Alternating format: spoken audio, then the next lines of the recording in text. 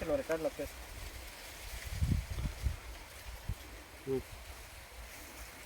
అవుతుంది కదా. ఇప్పుడు ఈ మొక్కజొన్న సాగు చేసినటువంటి రైతు శివయ్య గారు ఉన్నారు, ఆయన అడిగి అన్ని విషయాలు తెలుసుకుందాం. శివయ్య గారు నమస్తే. నమస్తే. అది ఫస్ట్లో చెప్తాను.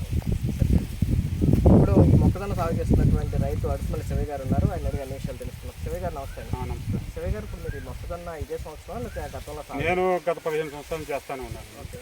అప్పుడు హైబ్రిడ్ వెరైటీలు అండి ఇదే? హైబ్రిడ్ అండి, అన్నీ వేసాము, అన్నీ జరిగినాయి.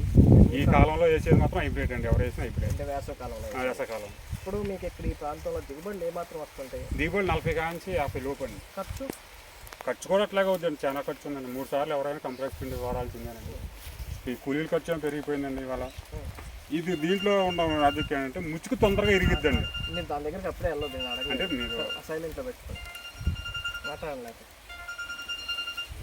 కూలీలు రమ్మంటారా? రమ్మను, మా వాడికి ఒకటి రమ్మను, ఒకటి సరిపోతాడు. రా